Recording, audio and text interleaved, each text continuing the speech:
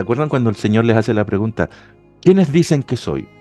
Uno- Unos dicen que tú eres Juan el Bautista resucitado, que eres el Elías reencarnado y todas las cosas que usted le quiera poner un nombre, que eres un profeta, que eres... Y tú, Pedro, ¿quién dices que soy? Tú eres el Hijo de Dios. Ah, él está diciendo lo correcto.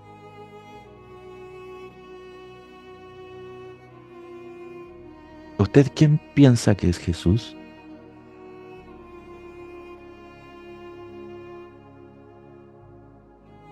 ¿Un maestro? ¿Un buen tipo? ¿Dios? ¿El Hijo de Dios? ¿Qué significa eso? ¿Ustedes quién piensan que yo soy? Para mí viene a ser el maestro que nos enseña cómo llevar nuestra vida, porque en su palabra también dice, mis pasos doy, mis pasos dejo, y a eso nos enseña que para seguir sus pasos, o eh, para mí es el maestro, porque esa parábola, por ejemplo, para mí significa muchísimo. Él da ayuda, y se multiplica. ¿Y qué es lo que nosotros debemos de hacer? Dar, ayudar, y se nos multiplica también. Eso es fe. Muy bien. Cuando le pregunta a Pedro, y Pedro dice, tú eres el Hijo de Dios, ¿qué es lo que estaba diciendo Pedro?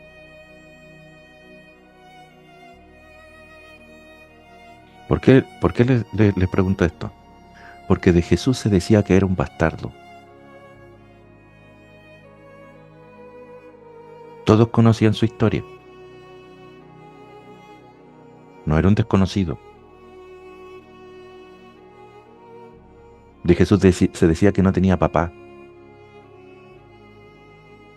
Y que si era José, el papá, había sido concebido antes del matrimonio.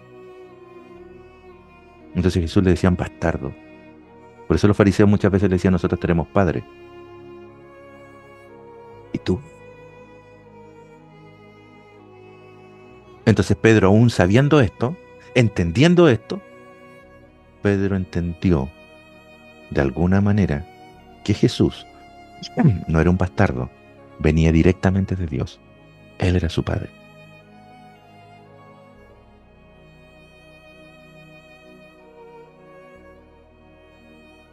¿Cuántas veces a Jesús debieron haberle llamado bastardo? En ese tiempo, quizás una de las ofensas más grandes.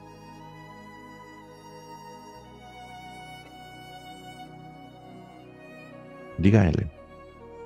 Sí, hermano Enio, también a David le llamaban bastardo. Mm, es así. Entonces, Disculpe, diga.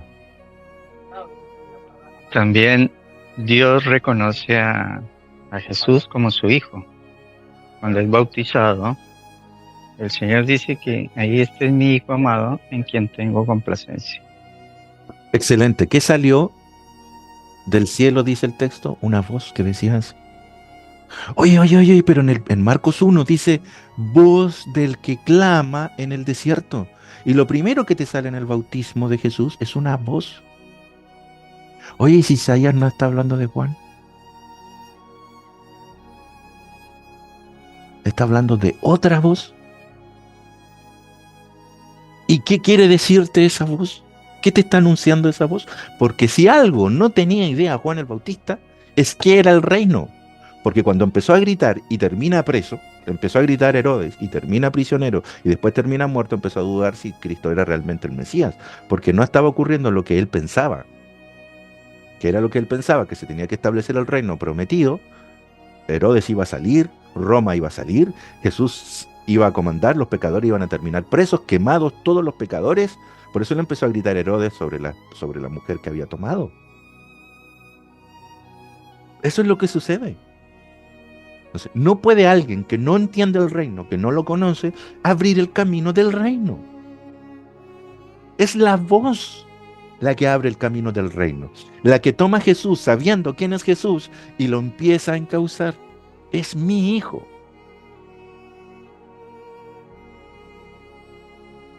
Seguimos.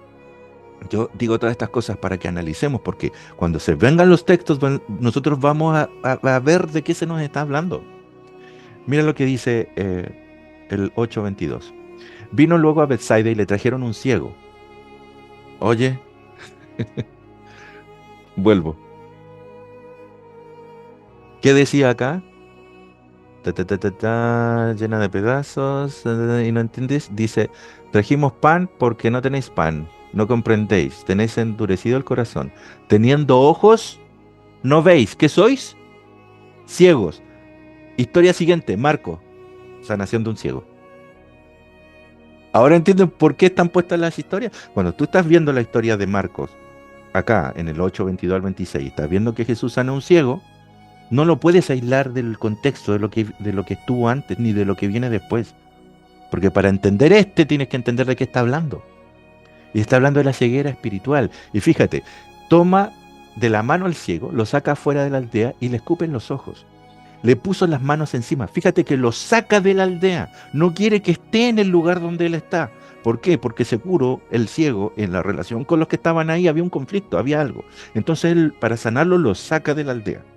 ¿Se acuerdan que el Señor a veces para limpiar el terreno hacía cosas que era sacar los antiguos conceptos, los preconceptos? Acá lo está contando así. Lo saca del lugar que él tiene comodidad por alguna razón. Y cuando le tira el escupo en los ojos, le pregunta, ¿ves algo? Y él dice, mira, veo hombres como árboles, pero como que andan. ¿Qué veía? Sombras. Eran como sombras, como árboles, pero que se mueven. No veía bien. Le hago la pregunta, ¿Jesús podía haberlo sanado así, de un tirón? Haberle dicho, ve, y no hacer todo Sí. esto. Claro, Sí, ¿por qué no lo hizo? Tiene relación con la historia anterior. ¿Los discípulos entendieron cuando Jesús multiplicó el pan? No. Por eso les dice, ¿y aún no entendéis? Y les hace contar las canastas. Todavía no entienden a quién tienen al frente. Por eso que esta historia tiene que empatar con eso. Ahora, ok.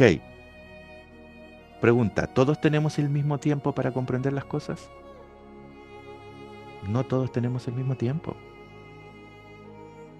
No todos. Entonces, ¿cómo lo está haciendo ver? De a poco.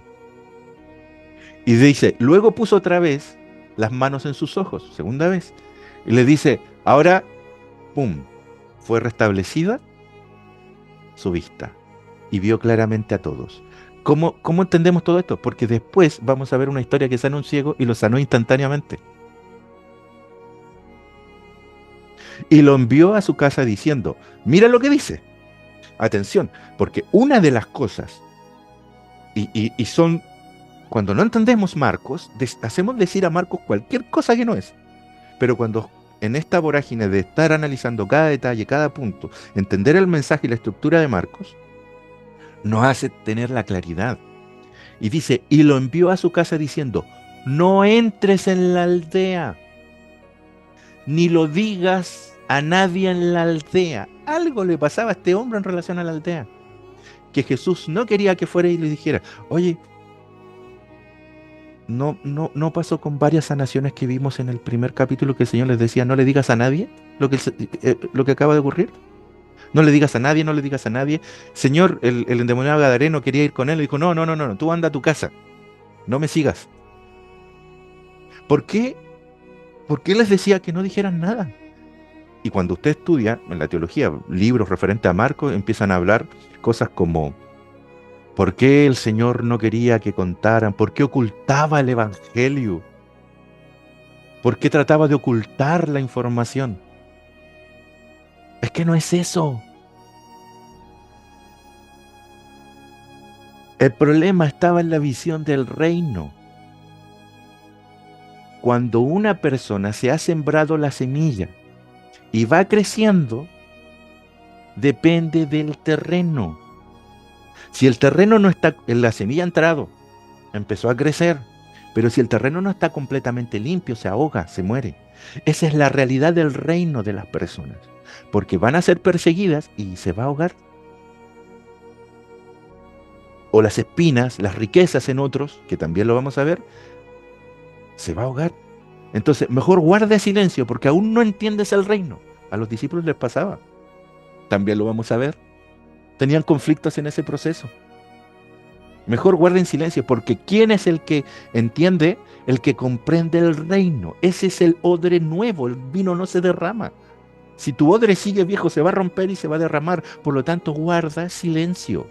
Tú no puedes explicar cómo es el reino. Tú tienes la visión antigua del reino, de un Dios destructor, de un Dios que viene con fuego. También lo vamos a ver, porque Marcos habla del fuego. Y te está tratando de sacar el pensamiento clásico del fuego y te lo está reemplazando por otro.